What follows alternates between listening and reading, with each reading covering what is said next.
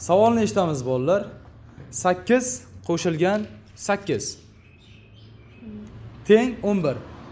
Ikkita qalamni joyini shunday o'zgartiring, ifodani to'g'rilang.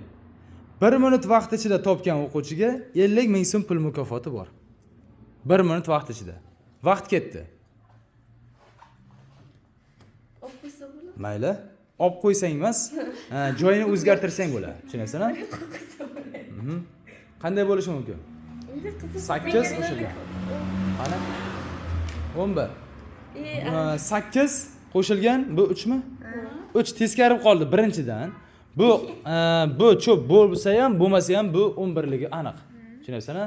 Bunday emas. Vaqt ketyapti, bolalar. 8 qo'shilgan 8 teng 11. Ikkita qalamni joyini o'zgartiring, ifodani to'g'rilang.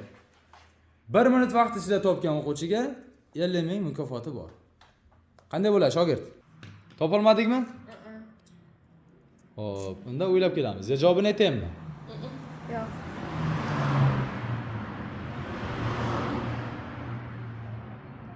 Qanday bo'lishi mumkin? O'ylanglar. Xo'p, 1 minut pullik vaqtimiz o'tdi. 50 ming so'm yutib olishlaring mumkin edi. Tushunasizmi, shogird? Xo'p, hali ham imkon bor. Javobing bormi? 8 qo'shilgan 8 teng 11.